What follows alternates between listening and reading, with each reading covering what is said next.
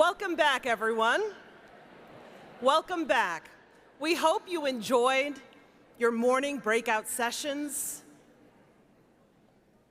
and we hope you are excited for what you're about to see. My name is Norma Howland, Chief of Staff of the Office of Equity and Inclusion, and it is my honor and privilege to introduce our conference Fireside Chat speakers, Aziz Abu Sarah and Maoz Inan.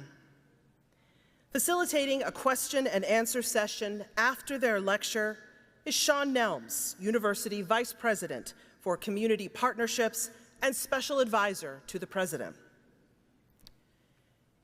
In the aftermath of October 7th, our two speakers have emerged as pioneers of peace and as believers of a future that includes peace. Through face-to-face conversations, our speakers share their unvarnished truths.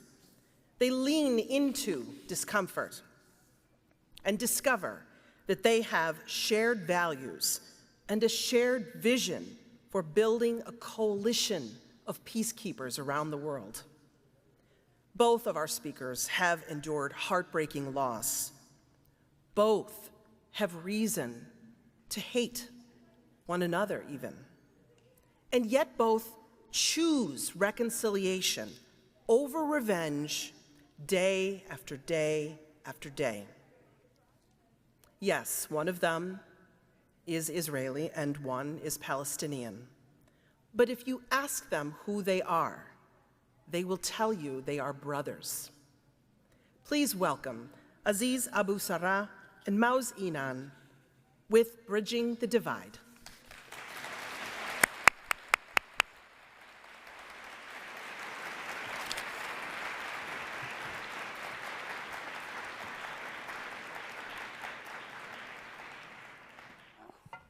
Well, thank you so much for inviting us. Thank you for being here. And we normally, people, when they see an Israeli and a Palestinian, I think they assume we must be on opposite sides. And at the end of every conversation Maoz and I have, we normally end with a hug. So I wanted, today we wanted to flip it a little bit and start with the hug, and then we'll have the conversation. So.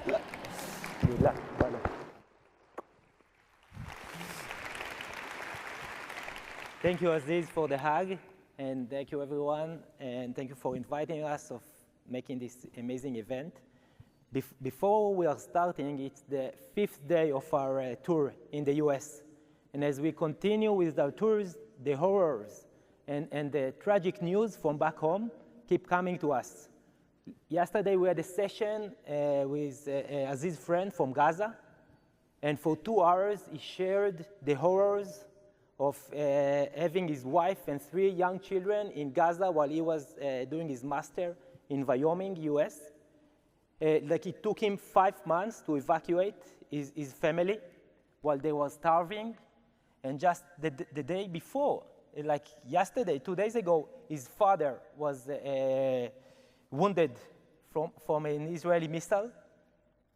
And the number of casualties in Lebanon, in West Bank, and Palestine keep rising, and the situation is just been escalating.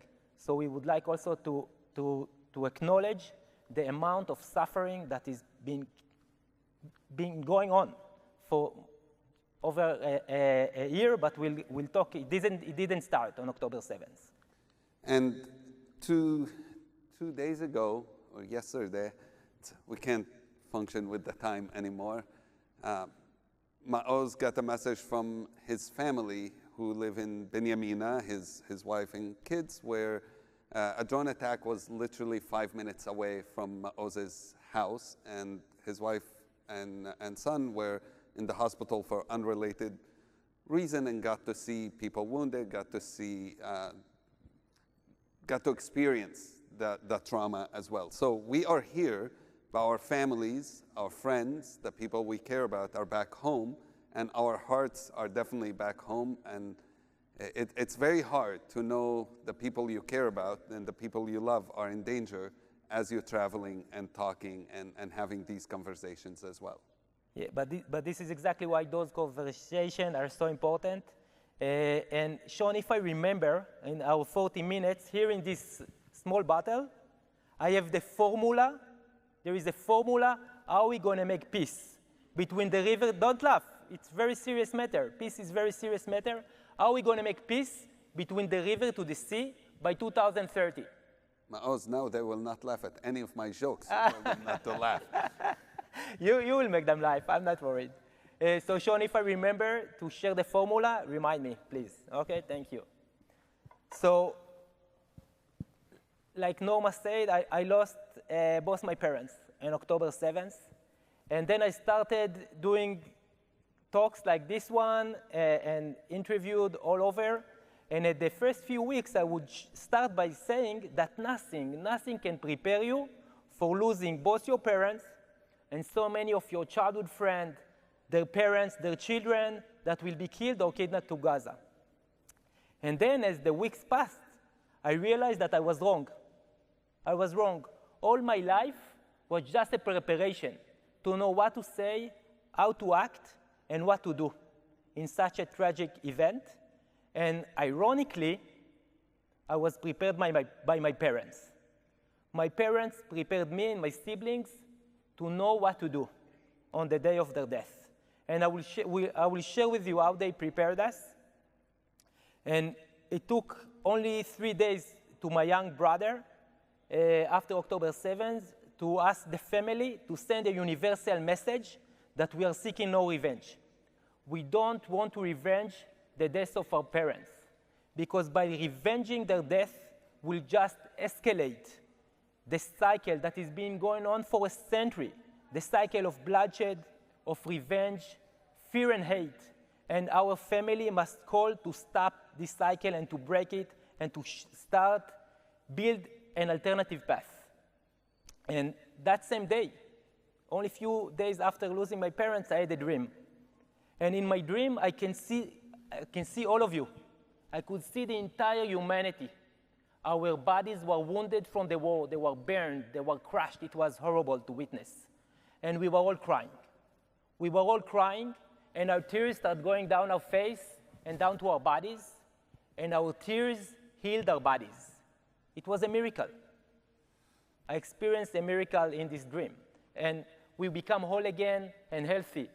And then our tears kept going down to the ground. It was the first time I looked on the ground, and I could see only blood. The entire ground was soaked with blood. And our tears went down and started washing the blood and purifying the land. And then the land became beautiful and shiny and brilliant. And then very clearly I could see a path. I could see the path to peace and reconciliation. And I make a decision in order to cure and heal myself, because I was drowning. It's not a feeling, it's a pain. I was drowning in an ocean of sorrow and pain. I was broken into pieces. So in order to cure myself, I took a decision to follow this path. And I could not ask, imagine, or dream of a better partner and a brother to walk with me on this path than Aziz. Thank you. Thank you, Maoz. My stories are not very different. I grew up in Jerusalem. My brother was killed when I was 10 years old by Israeli soldiers. He was 19 years old at the time. That's me and my older brother, Taysir. I know what you're thinking, although looking at this photo, you used to look really cute. What happened to you since then? That's what you thought, right, Mom? But I was 10 years old when Taysir was killed, and I was not prepared. Nothing can prepare a 10-year-old to seeing your brother being killed. And so I grew up very angry. I grew up very bitter. I grew up very much focused on revenge. It was the only thing that seemed to make sense to me. It almost felt like if I just walk down to you, Shaun, and I punch you right in the face, what's the first thought that comes to your mind?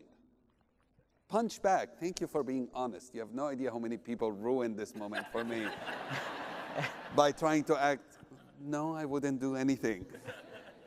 most of us, that's how we react. And that's how I felt as a 10 years old. Not many people, if they punched in the face, their first thought is, let me take a few steps backward and think about this logically. That's not our first thought. And so at 10 years old, that's what I thought. For the next 8 years, the only thing I worried and cared about was vengeance. Through those years, I've lost other family members. But when I was 18, I went through a transformation. I went to study Hebrew in a Jewish institute where I was the only Palestinian with Jewish immigrants to Israel studying Hebrew. And I did it not because I wanted to, but because I had to. If you live in Jerusalem, you must speak Hebrew or you're not going to get going in life. You're not going to study, you're not going to work. It was mandatory in my high school, and I still refused to do it because to me it was the language of the enemy. And in that Hebrew class, it was the first time I met Israelis and I met Jews who were not soldiers and were not settlers. And it's not that we agreed on everything, but that was the first time I had the opportunity to have a conversation, to disagree, to agree, to see each other, though, as a human beings. And I learned a couple of things when I was there. The first and most important thing that I learned is that when I was 10, I thought I had no choice but to hate. But at 18, I realized, yes, I do have a choice. Actually, every time I chose to hate, I was being a slave to the person who killed my brother. I was reacting to their action instead of reacting to what I wanted, to my own values, to what I believe in. And that was, it sounds maybe a simple thing, but it was such a redeeming thing to say, I want my freedom back. That what you do, I cannot control what anybody else does. But there's something I can always control, which is how I respond to their action. So that was a very redeeming thing. And the second thing I learned is I found in that Hebrew class people like Maoz, who are my partners, who are my allies, that we have the same values, and that we are not on the opposite sides. And so when on October 7th, I talked to a friend of mine who knew about Maoz's parents, and he told me that Maoz's parents were killed. We only have met once before, many years before, and I decided to reach out and give my condolences to Maoz because, again, we're not on opposite sides.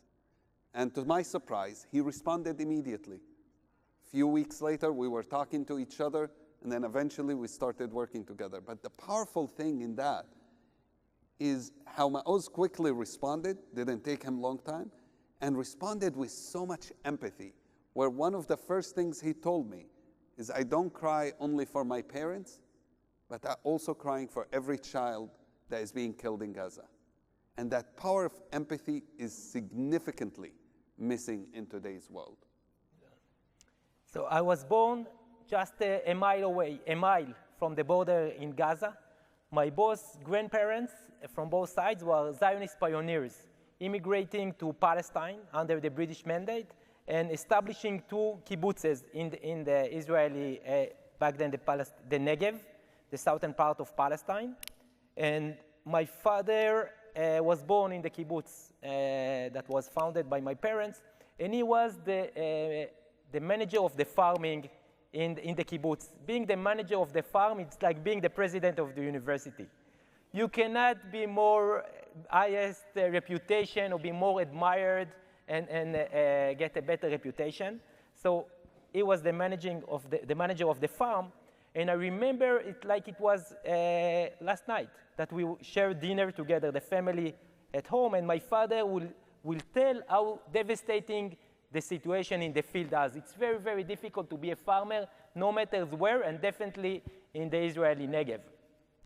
So there were floods or drought, and the situation was also always catastrophe. And he would say, after sharing how difficult the situation is, he would say, but next year I'm going to sow wheat again, because next year is going to be better. And I would keep saying, Dad, you are not naive. Why are you keep doing it? He told me, Maoz, I'm doing it because I have the agency. I can change the future even though I cannot predict it. I would learn from my mistakes. I will consult with other farmers and professors of agronomy. I will get the best seeds, I will fertile the land, and I'll make sure that I'm doing everything that's within my power to make next year better. And now it's in the month of October is when for 60 years, my father used to prepare the fields for sowing the seeds of wheat. And now it's the time for us. It's the time for us to sow the seeds if we want to harvest peace by 2030. And there are 3 seeds we must sow: the seeds of hope, the seeds of the future, and the seeds of forgiveness. And I want to start with the seeds of hope. And that's also I learned from a Palestinian peace activist, a very good friend of us, Hamze Awaude, who was interviewed and was asked, Hamze, where do you find hope? Where do you find hope within these crises and horrors? And he answered, I don't find it. And it's not something you can lose or someone else will give you hope. Hope is a verb.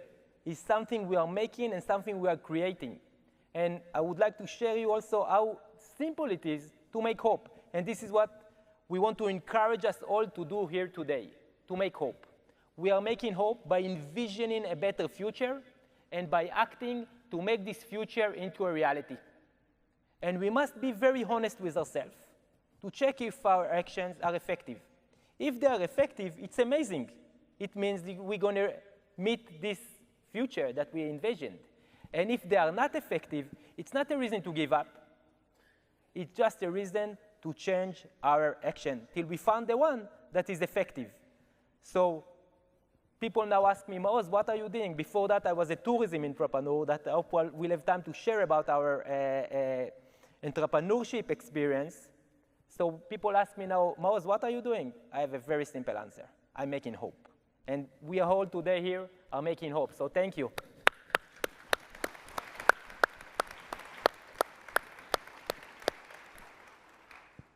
We live so close to each other, and yet we are so divided. Like I said, I grew up in Jerusalem. 200 meters from my home, I could have met Israelis, Jews. First time I had a normal conversation, I was 18. My dad, who's 87 years old now, he came to visit the US a few years back. This is a guy who grew up all his life in Jerusalem, and he said, I want to go to the Friday prayer. So I asked a family friend, somebody I knew in the US, if he can take my dad to the Friday prayer. So they go, he comes back, and I asked him, how was it? He goes, it was good. Like, did you like the mosque? He said, oh, we never went to the mosque. You're supposedly gone to the prayer. What do you mean? He said, well, the mosque was too full. Like, so where did you pray? He said, we went to the synagogue. Synagogue? What does the synagogue have to do with a Friday prayer? He said, well, apparently Muslims and Jews get along really well with each other here. And on Friday, in the middle of the day, the Muslims rent the synagogue for the Friday prayer. And I asked my dad, I said, have you been to a synagogue before in your life? And he said, no. This is his first time to ever stepping into a synagogue. Now, this is a man who grew up in Jerusalem again. You know how many synagogues exist in Jerusalem? Quite a lot.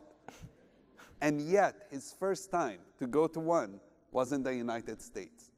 And this is what I've learned through my journey. This is what Maoz learned from his journey. And something we've been working on is how do we create a citizen diplomacy group, as citizen diplomats who travel around the world, live here, work there, who really bring these point of views together. Now, we're not going to agree on history. We're not going to agree on everything in the past. Sometimes we don't agree on everything in the present. We talk about them. We learn about them. Maoz did his travel enterprise. I did mine with a Jewish friend called, his name is Scott, the enterprise called Majdi Tours, where we decided, because of that, what if we have 2 tour guides on a group? In Israel and Palestine, having an Israeli and a Palestinian. Northern Ireland, you have a Catholic and a Protestant, wherever in the world. And it was incredible, because in the beginning, everyone told me this is the dumbest idea a human can do. They're going to argue, they're going to fight, they're going to hate each other, just like when probably some of you heard a Palestinian and Israeli going to sit on stage here together. And what we realize is how little we know each other. And then I realized something else. often people not willing to the other unless they feel recognized and represented. Pro-Palestinians wanted to have a Palestinian at the table before they were willing to listen to an Israeli. Pro-Israel groups wanted to have an Israeli at the table before they were listening to a Palestinian. But the moment that existed, suddenly it opened up their minds. And that's something we can all do. You know, I often struggle with people telling me, oh, we learned a lot about Palestinians, but they will not name one Palestinian author, one Palestinian poet, one Palestinian film they watched. They learned it from people who went and talked to some Palestinians. Or people tell me, we want to learn about Israel, learned about Israel, but don't know any, again, Israeli authors, movies, whatever, wherever you get your information. If we want to learn, we must get to the primary source. This is a university, so I can say that. The primary sources is where we go and learn from each other and get to understand what the differences are. We don't agree maybe always, but we can think together how we can change the future. We can't change the past, but we can always change the future. Yeah, amen. And we cannot just change the future. The future, and I'm going back to the seeds of the future is where Israelis and Palestinians meet. We meet in the future that is based on shared acknowledgement and recognition, equality and dignity, reconciliation and healing, security and safety. To both people, because there will be no security and safety or equality or dignity to one without the other. So the future is where we meet, but to understand about the future, to make the future happen, we must understand about the present.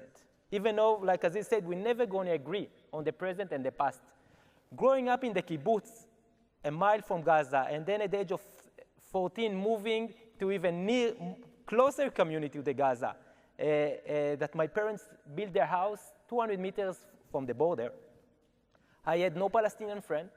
I did it at the age of 30. I knew nothing about Palestinians. I already traveled twice around the world.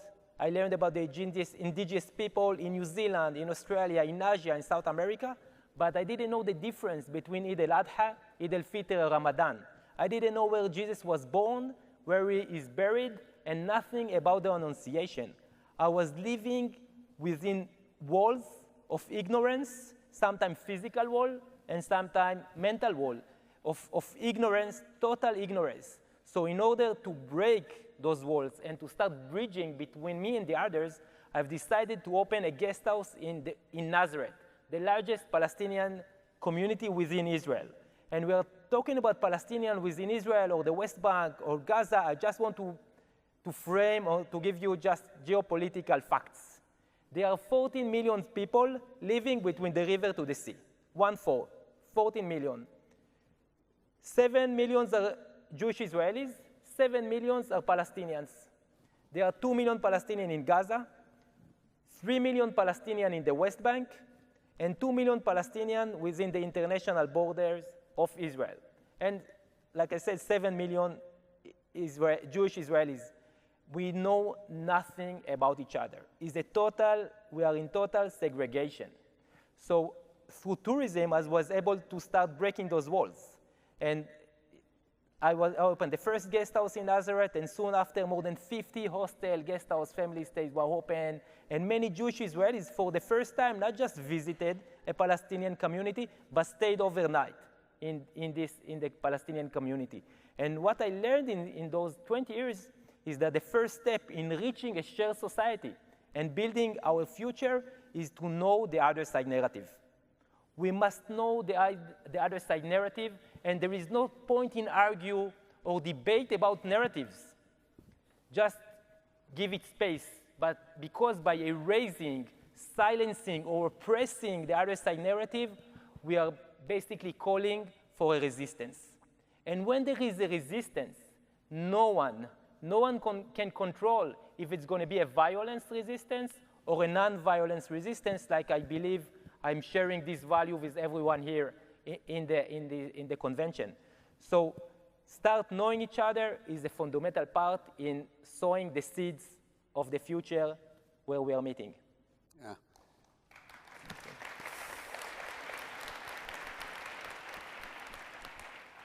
Now we're talking very nice to each other, and you might say, aren't you angry? And the answer is absolutely we are. We started this conversation with saying we are angry, we are worried, we are very upset. We have friends and family who are, you think of every moment, the friends that Maoz mentioned in Gaza, the friends in Israel, the friends in the West Bank, my family in the West Bank and East Jerusalem. So we're absolutely angry. And we are not here to tell you don't be angry, but we are here to say channel your anger to make a change. Anger is like a nuclear power. You can either use nuclear power to create light and electricity, or you can use a nuclear power to create bombs and destruction. And it's our choice how we use it. You're not going to be able to get rid of all anger. Every day when I figure out what's going on, I feel that anger, but that anger makes me wake up and wanting to do something to change that reality. In the words of Palestinian poet Samih al-Qasim, he talks about that, but in a different way. He says, the day I'm killed, my killer will rifle through my papers, and he will find 3 traveling tickets. Now, if you think of somebody killing you, you're going to be angry, right? But he goes totally different direction. He says, my killer will find 3 traveling tickets, 1 to peace, 1 to the fields and the rain, and 1 to the conscience of a humankind. So I beg you, my killer, do not waste such a thing. Do not waste these traveling tickets. Take them and travel. And that's the switch we have to do in the discourse, the switch we have to do in the conversation. Yes, we are angry. Yes, we are upset. But we will not let our anger drown us. We will not let our feeling of sadness, feeling of pain drown us. Instead, we will do everything together to change that reality. Because people like to divide us as Israeli versus Palestinian, Muslim versus a Jew, Christian, Arab, all of those kind of lines. We like to put people in boxes. And I would argue, if you would like to divide us, then I ask you to divide us as those who believe in justice, those who believe in equality, those who believe in recognition, those who believe in living together, and those who don't yet. And our message, our mission is that all of those who don't yet can eventually join us. So that's why we are here, is to work together to make that happen. Thank you. As Aziz, you talk about the power of anger, and I want to talk about the power of forgiveness. And forgiveness is the most rare and difficult to find seeds, but we must sow it in order to harvest peace. And again, I was listening to Hamze Awaude that I mentioned before in the interview he gave, and Hamze's family was displaced from what is now the Israeli southern part to the refugees camp in the West Bank, and then he moved to Ramallah, all his life living under Israeli occupation. And in November, like 2 months after, or 1 month after October 7th, he said, I'm willing to forgive about the past, I'm willing to forgive about the present, but I won't and cannot forgive about the future, not to myself and to no one else. So I was listening it again and again and start thinking and asking myself if I want to be focused and resource all my energy into the future, whom shall I forgive? Whom shall I forgive? And the immediate answer was, I shall forgive those who killed my parents. I should forgive them. And in my narrative, Hamas, who killed my parents, is a terrorist organization that killing and oppressing his own people, and innocent people, if they are Jewish Israelis, even better. This is my narrative, and I'm not asking anyone to accept my narrative if it's against yours. This is my narrative. And on October 7th, Hamas was acting upon his nature. This was his nature. And I've decided to forgive Hamas. But I was seeking revenge. I want to punish. I want them to be accountable, those who promised my parents. They promised them so many times, security and safety. The Israeli government. The Israeli government promised my parents that the wall that they built 200 meters from the house, the most invested wall humanity ever built. The highest, the deepest, with most advanced electronic devices that it will bring them security and safety, and they failed. And I was seeking revenge. And those feelings were destroying me from the inside. I stopped functioning as a father, stopped functioning as a husband, I stopped functioning as a friend, was just focusing in the revenge. But after listening to Hamza, I have decided to forgive the Israeli government. It's a choice I took for myself and on myself to forgive them. And now I'm just focusing in envisioning and creating and making a better future. So the power of forgiveness, I think it's more powerful even than the nuclear power. It's the most powerful power I ever encountered in my life. There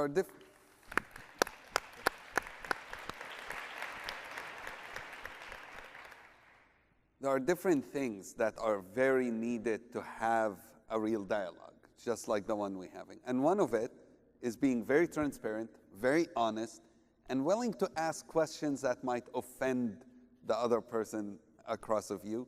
But that only happens if the two are willing to have grace with each other, willing to offer that grace and saying, it's okay. And I'll give you one example. Since I already mentioned my dad before, you can tell the two of us very influenced by our parents.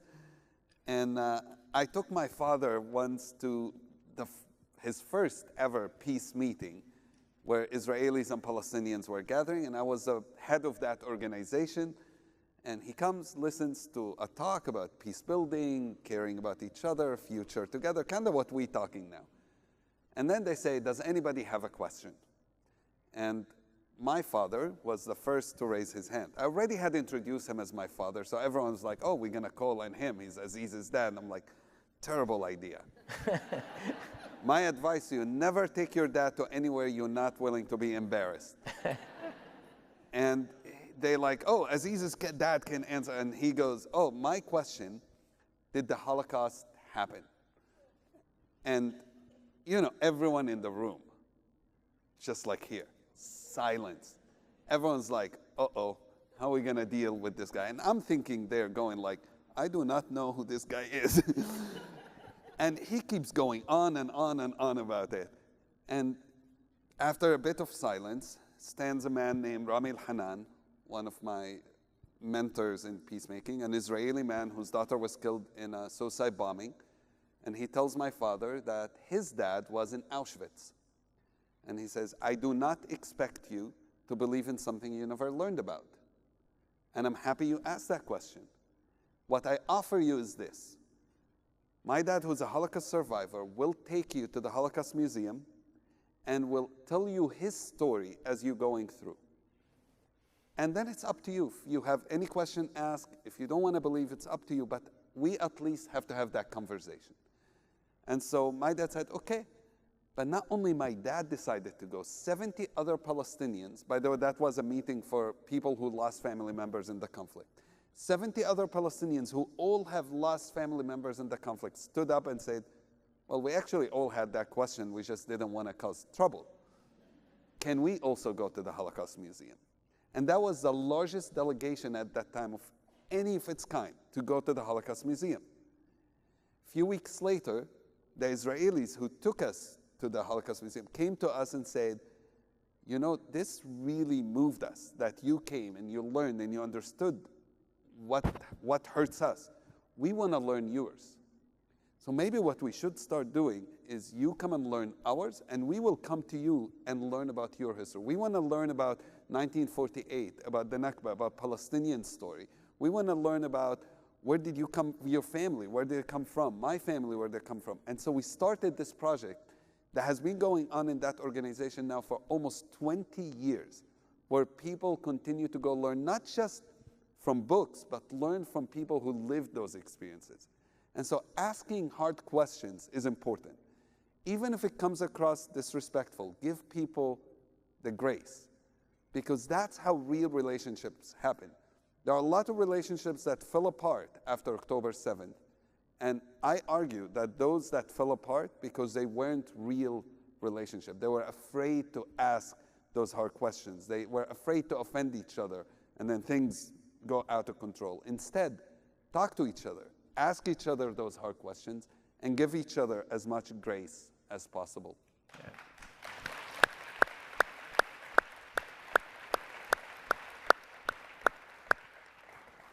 Yeah. I shared with you about my father, and soon I'm going to share more, but I want to share also about my mom. My mom was an amazing artist. She was very creative and innovative. She was doing art from garbage. She was literally taking the clothes from her neighbors to wash the floor. She would ask them for the old one, and she will make a beautiful collage that will be hanged in the dining room of the kibbutz. And in the last 15 years, she was painting mandalas. This is what she was doing. She had a studio. She was teaching elderly, adult, youth, children how to paint mandalas.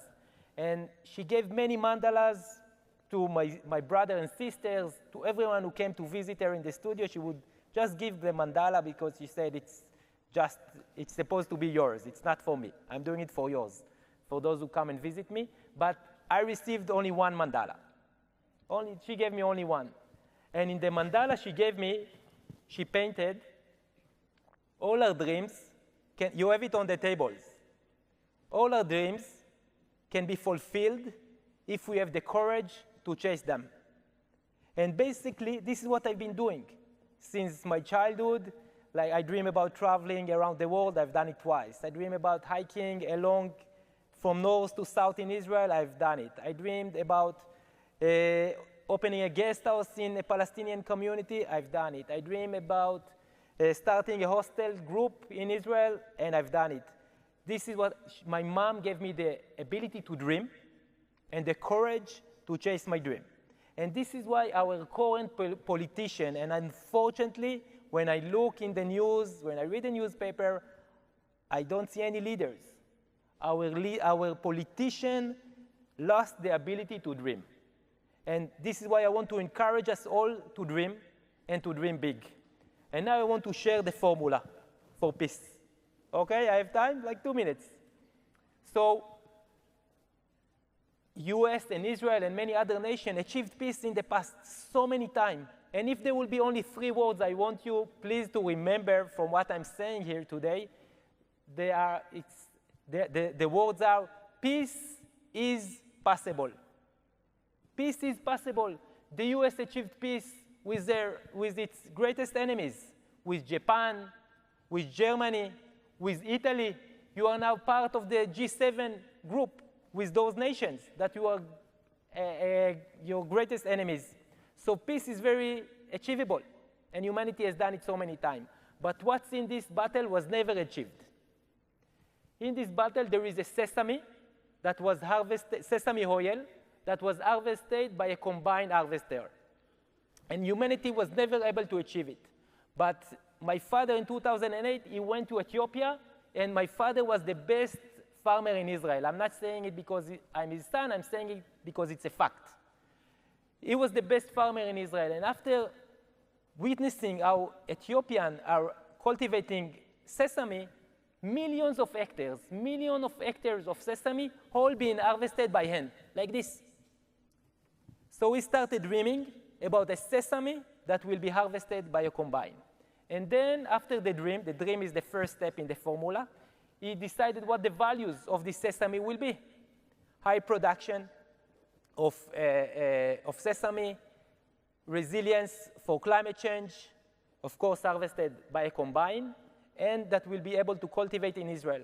And we already shared with you the values of peace, the values of the future. So we know we have a dream and you have a value.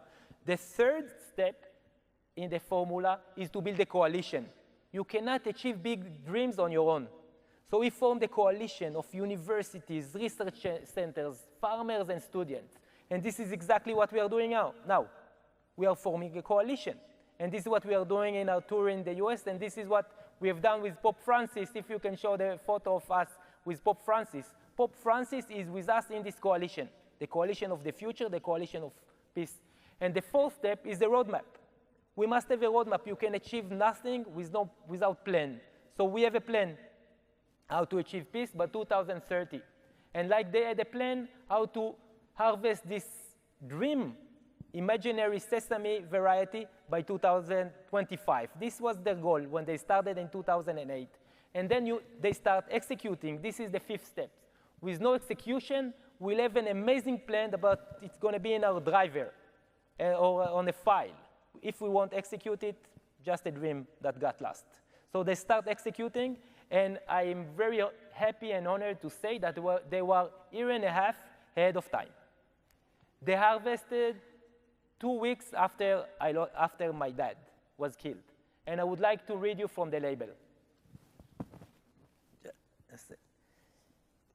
The variety sesame, the Jacobi is my father, the Jacobi sesame variety was cultivated at the Hebrew University Faculty of Agriculture as a premium high-quality oil variety suited for Israeli farming.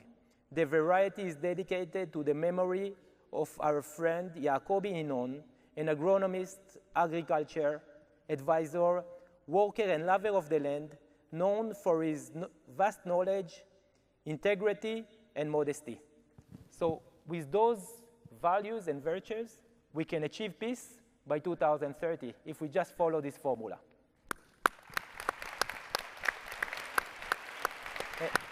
Shaun, before we start, Norma and Adrian, this is for you. Can you come?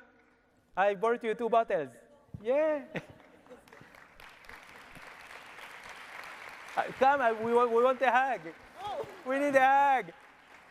Of course we want the hug. Yes. Thank you. Thank you. Thank you. Thank you. For you. Thank you. Thank you. Thank you. Awesome. Thanks. Sorry, Shaun, there's No, no yeah. more. No, that's good, brother. All right, let's give him a big round of applause, everyone. This is a good start.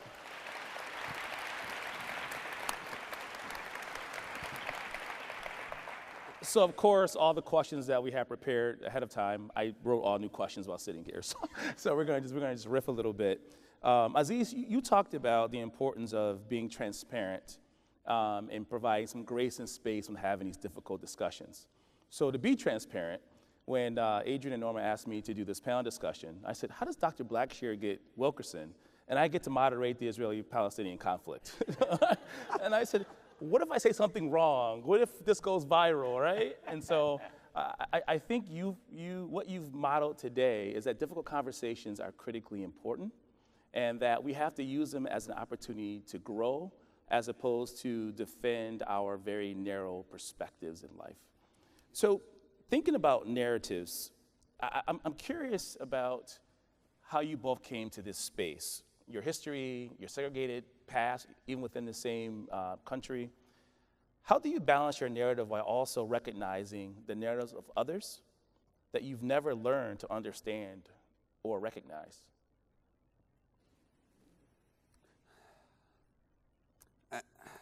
I don't expect everyone to agree with me. And we meet people who don't.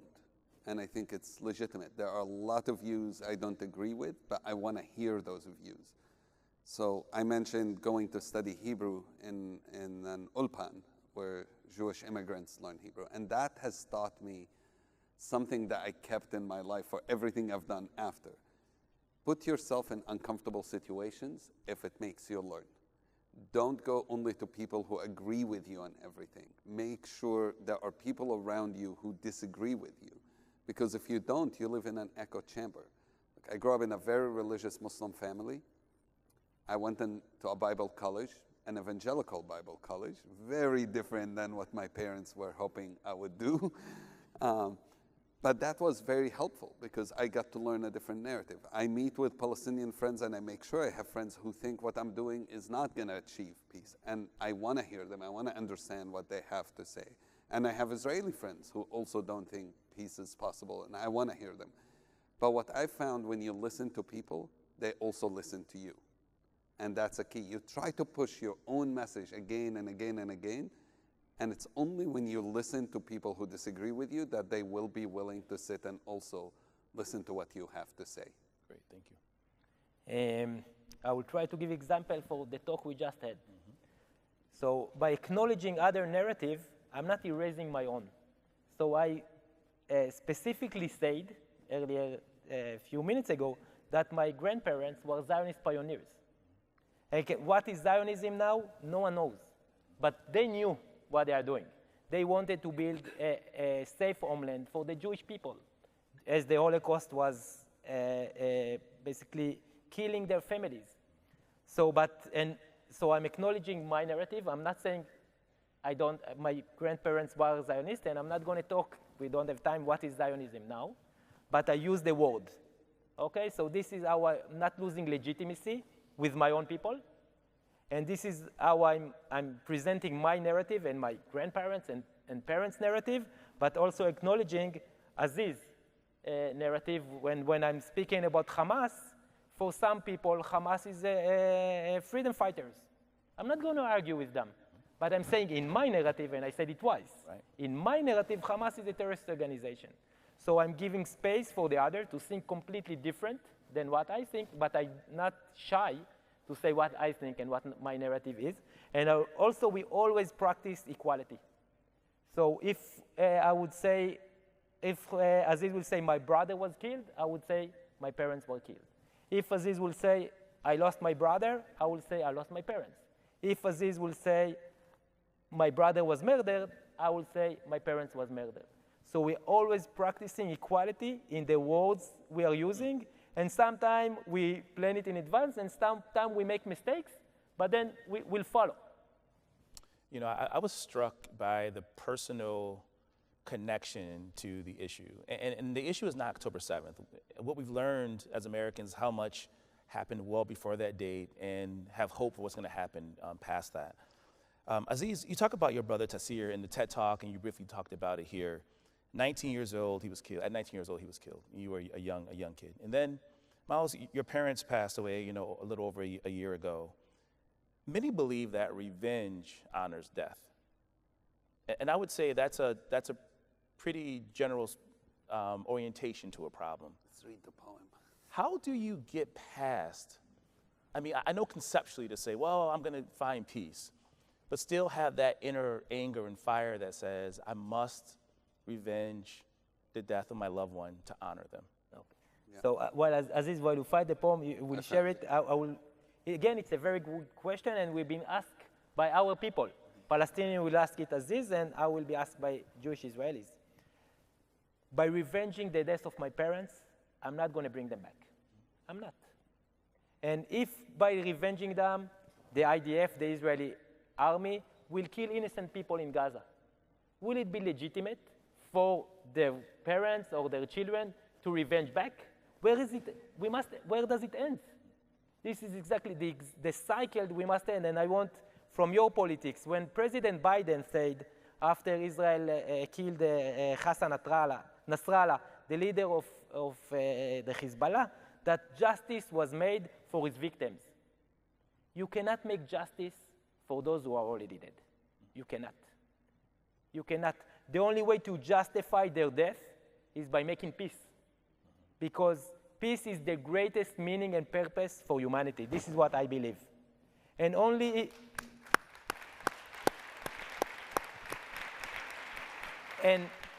only if my parents will be victims of peace, I will be able for myself to justify their death. So this is why this is what I'm doing now. That's great. I think if my memory right, it was Gandhi who said, if we live by an eye for an eye, then we will live in a world where everybody is blind. And that's not the path we want to take. But there's a poem, if we have the time, we can read. Absolutely. I will start. You'll start. It was written by a Palestinian poet, Muhammad Taha Hussein. No, Taha Muhammad Ali. Taha Muhammad Ali, sorry. See, mixed up. I had the Israeli correct my Palestinian poet. I know. You guys been traveling too long together, right? But we've met the family. This is somebody who sent, his son sent Maoz the poem before, and it really tells what we think. So I'll let Maoz start.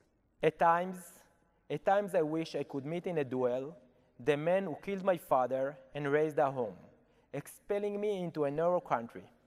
And if he killed me, I would rest at last. And if I were ready, I would take my revenge. But if it came to light when my rival appeared that he had a mother waiting for him, or a father who'd put his right hand over the heart's place in his chest whenever his son was late, even by just a quarter hour, for a meeting that's set, then I would not kill him, even if I could. Likewise, I would not murder him if it was soon made clear that he had a brother or sisters who loved him and constantly longed to see him, or if he had a wife to greet him and children who could not bear his absence and whom his gift would thrill, or if he had friends or companions, neighbors in you or allies from prison or a hospital room, or classmates from school asking about him and sending him regards. But if he turned out to be on his own, cut off like a branch from a tree, without a mother or a father, with neither a brother nor sister, wifeless, without a child, and without kin or neighbors or friends, colleagues or companions, then I would add not a thing to his pain. Within that loneliness, not the torment of death, and not the sorrow of passing away. Instead, I'd be content to ignore him when I passed him by on the street, as I convinced myself that paying him no attention in itself was a kind of revenge. Wow. Yeah. Man. Yeah, we have to share that poem with others. Yes. You know, we are in America, we're in a very politically charged environment right now with the elections coming up.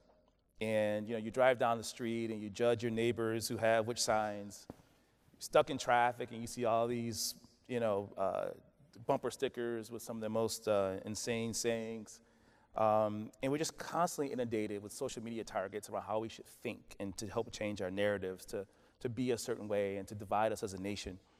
You know, what advice can you give us from your experiences in a different country, right? To help us move towards humanity and peace and away from this intentional division that some would love to have us experience as a nation? I'd say be careful.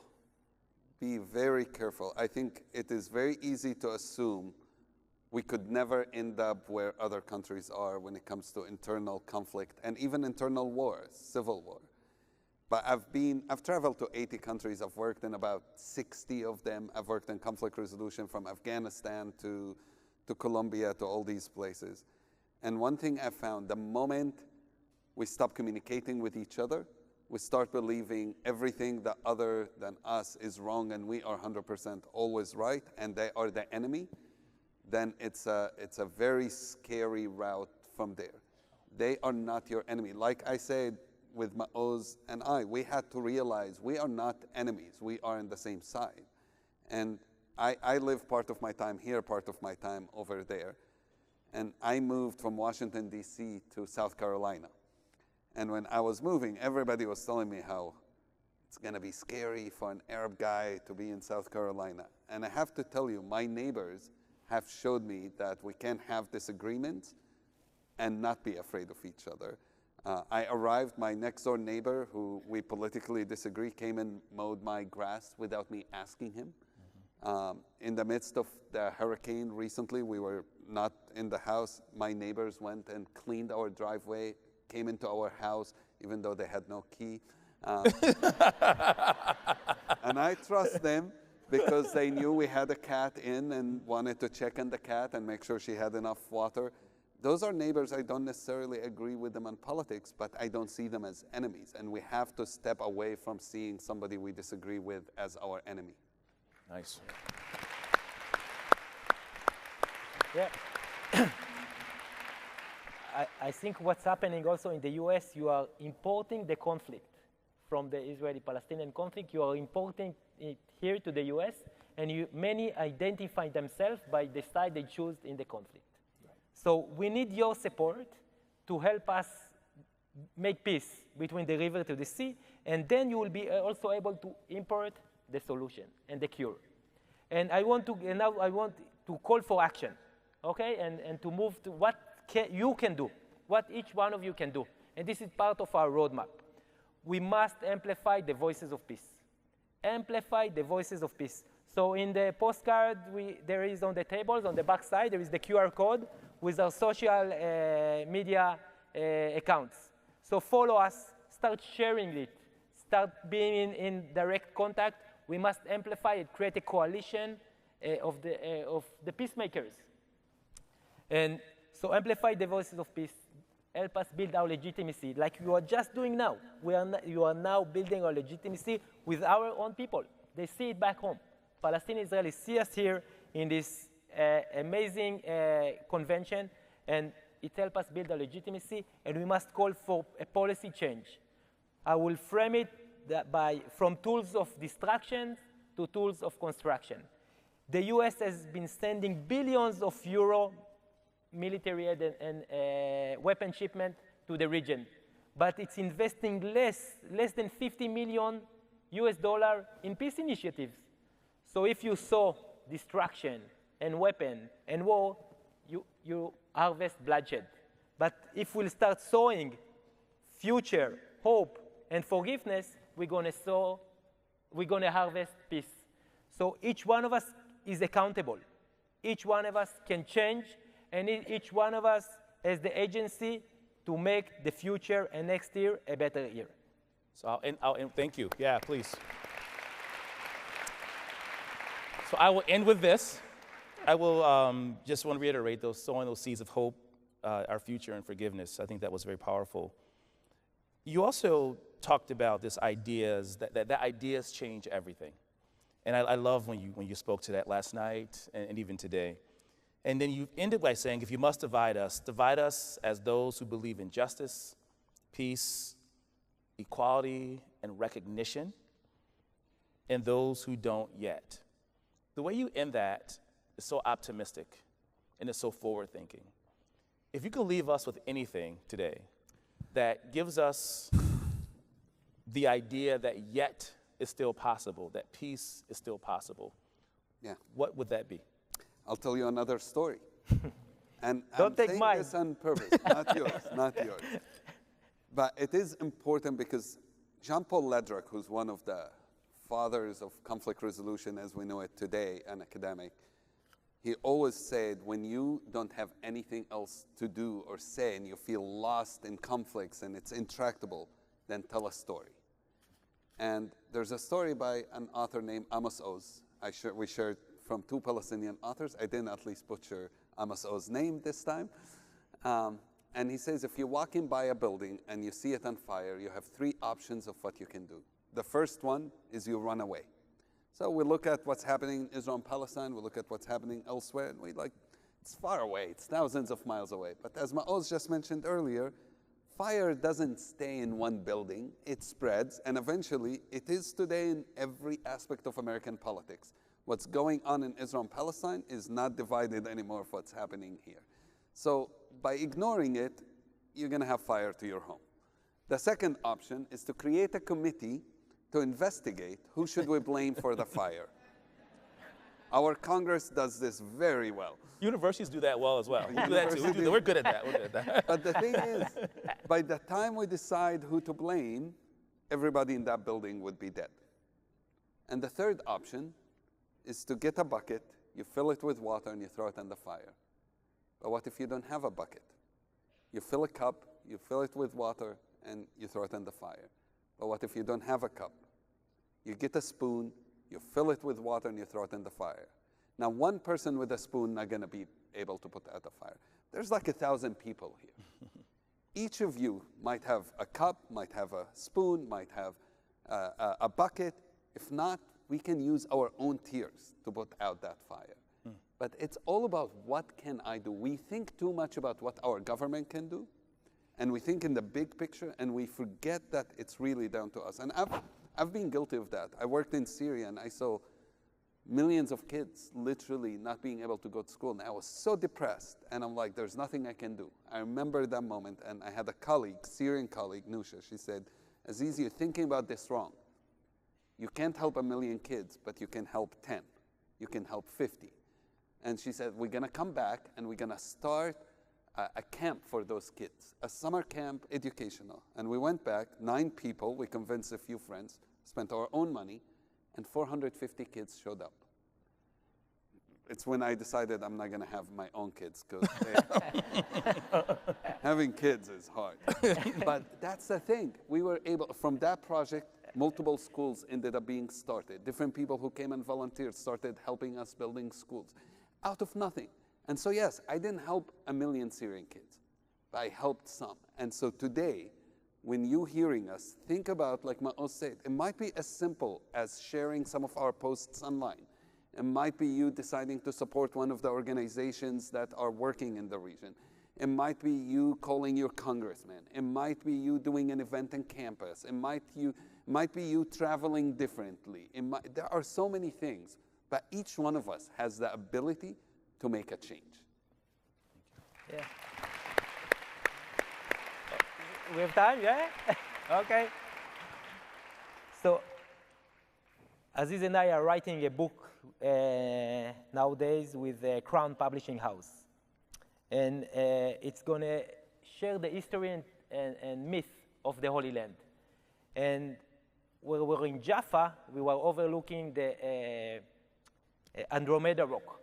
In the Greek mythology, Andromeda was sacrificed by her parents to the monster of the sea, and she was saved by Perseus, who beheaded the head of Medusa, the monster Medusa, and when the monster came from the sea, he showed her the head of Medusa, he was looking to her in the eye, and the monster died. This is wrong. It's false, it's a lie. The only way to kill a monster is by looking to her in the eye and start dialoguing with her. And if we would start dialoguing with the monster Medusa, we would learn she wasn't born a monster. She was born a beautiful Greek girl who was raped by Poseidon in the Temple of Athens. Her trauma wasn't cured. Her trauma wasn't treated and wasn't healed. The contrary, she was cursed. And then she became a monster. And we can kill this monster. We can humanize the monster. But for humanizing the monster, we must look to her in the eye and start dialoguing with her. Be empathy, showing our empathy, showing our acknowledgement, showing our recognition. And then we're not just going to humanize the monster, we're going to humanize ourselves. Okay. Well, thank you all. Today's theme, how do we move forward when we disagree? Can we please thank these two incredible advocates for peace for helping us answer that question? Thank you. Thank you. Amazing. That's great. Thank you. Thank you so much. Thank you so much. Thank you so much. Really. Thank you.